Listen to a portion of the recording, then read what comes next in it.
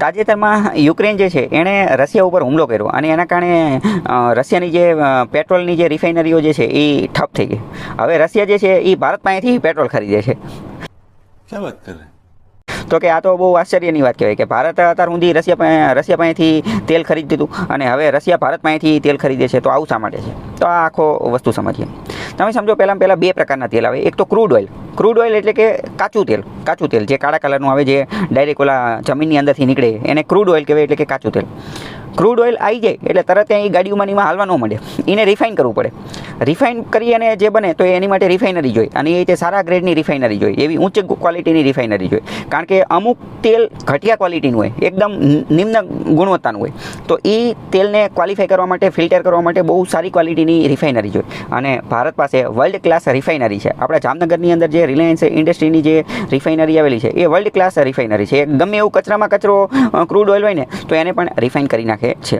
તો રિફાઇન કરી અને પછી જે બને તો એને કહેવાય refined petroleum products. Refined petroleum product હોય, પહેલાં ક્રૂડ ઓઇલ હોય, પછી એનું ફિલ્ટર કરે, એને રિફાઇન કરે અને રિફાઇન્ડ પેટ્રોલિયમ પ્રોડક્ટ્સ બને. અને એ રિફાઇન્ડ પેટ્રોલિયમ પ્રોડક્ટ ઘણી બધી હોય. એમાં પેટ્રોલ હોય, ડીઝલ હોય, નેફથા હોય, કેરોસીન હોય, આ બધું એની ડામર ને ઘણી બધી વસ્તુ એની અંદરથી નીકળે.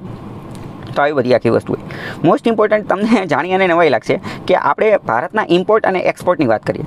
ભારત સૌથી વધુ શું ઇમ્પોર્ટ કરે છે? તો ભારત સૌથી વધુ જે ઇમ્પોર્ટ કરે છે ને એમાં ક્રૂડ ઓઇલ આવે છે, એટલે કે કાચું તેલ. પ્રશ્ન પૂછાઈ જશે કે ભારત સૌથી વધુ કઈ વસ્તુનું ઇમ્પોર્ટ કરે છે, આયાત કરે છે? તો ક્રૂડ ઓઇલ, કાચું તેલ આપણે સૌથી વધુ મંગાવીએ છીએ.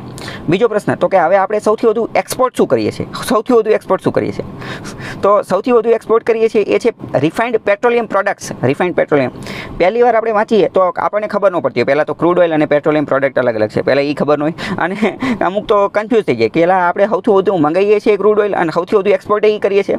પણ હવે તમારો ડાઉટ ક્લિયર થઈ ગયો છે કે ભાઈ ભારત ઓલરેડી બિઝનેસ વેપારી પ્રજા છે. તો કે આપણે શું કરીએ છીએ? તો કે ક્રૂડ ઓઇલ સૌથી વધુ આયાત કરીએ છીએ અને એક્સપોર્ટ એ જ વસ્તુને રિફાઇન કરીને પાછી બધાને બટકાવીએ છીએ, પાછી બધાને વેચીએ છીએ. એટલે પ્રશ્ન પૂછે છે કે સૌથી વધુ ઇમ્પોર્ટ શું કરીએ છીએ? તો ક્રૂડ ઓઇલ. અને સૌથી વધુ એક્સપોર્ટ શું કરીએ છીએ? તો આવશે રિફાઇન્ડ પેટ્રોલિયમ પ્રોડક્ટ્સ. બરાબર. એટલે અને જામનગરની જે રિફાઇનરી છે એ ઉચ્ચ ક્વોલિટીનું રિફાઇનિંગ માટે જે છે એ જાણીતી છે. પ્રશ્ન પૂછે છે કે આપણું ટોટલ એક્સપોર્ટ કેટલું છે? તો આપણું ટોટલ એક્સપોર્ટ જે છે એ $800 બિલિયન આજુબાજુ છે. $800 બિલિયન આજુબાજુ. અને આપણો ટાર્ગેટ છે એને $1 ટ્રિલિયન સુધી પહોંચાડવાનું. $1 ટ્રિલિયન જે છે ત્યાં સુધી પહોંચાડવાનો આપણો ટાર્ગેટ છે. તો આવા પ્રશ્ન જે છે એ વારંવાર પૂછાતા હોય છે. બીજો એક પ્રશ્ન એ પણ પૂછાઈ શકે કે ભારતની અંદર કયું રાજ્ય જે છે એ સૌથી વધુ એક્સપોર્ટ કરે છે? તો સૌથી વધુ એક્સપોર્ટ કરવાવાળું રાજ્ય જે છે એ મહારાષ્ટ્ર છે. મહારાષ્ટ્ર. બીજા નંબરે તેલંગાણા અને ત્રીજા નંબરે ગુજરાત છે. આ ત્રણેયનો આગળ પાછળ નંબર રહેતો હોય એ કયા વર્ષે પ્રશ્ન પૂછે એની ઉપર આધાર રાખે. એટલે કે ગુજરાત, મહારાષ્ટ્ર અને તેલંગાણા આ ત્રણેય સૌથી વધુ એક્સપોર્ટ કરે છે. તો આ બધું ખબર કઈ રીતે પડે? તો આની માટે નીતિ આયોગનો એક ઇન્ડેક્સ આવે છે, એક્સપોર્ટ પ્રિપેર્ડનેસ ઇન્ડેક્સ. પ્રશ્ન પૂછી જશે એક્સપોર્ટ પ્રિપેર્ડનેસ ઇન્ડેક્સ કોણ તૈયાર કરે છે? તો એ નીતિ આયોગ તૈયાર કરે છે, જેમાં એક્સપોર્ટની બધી વાત આપેલી હોય.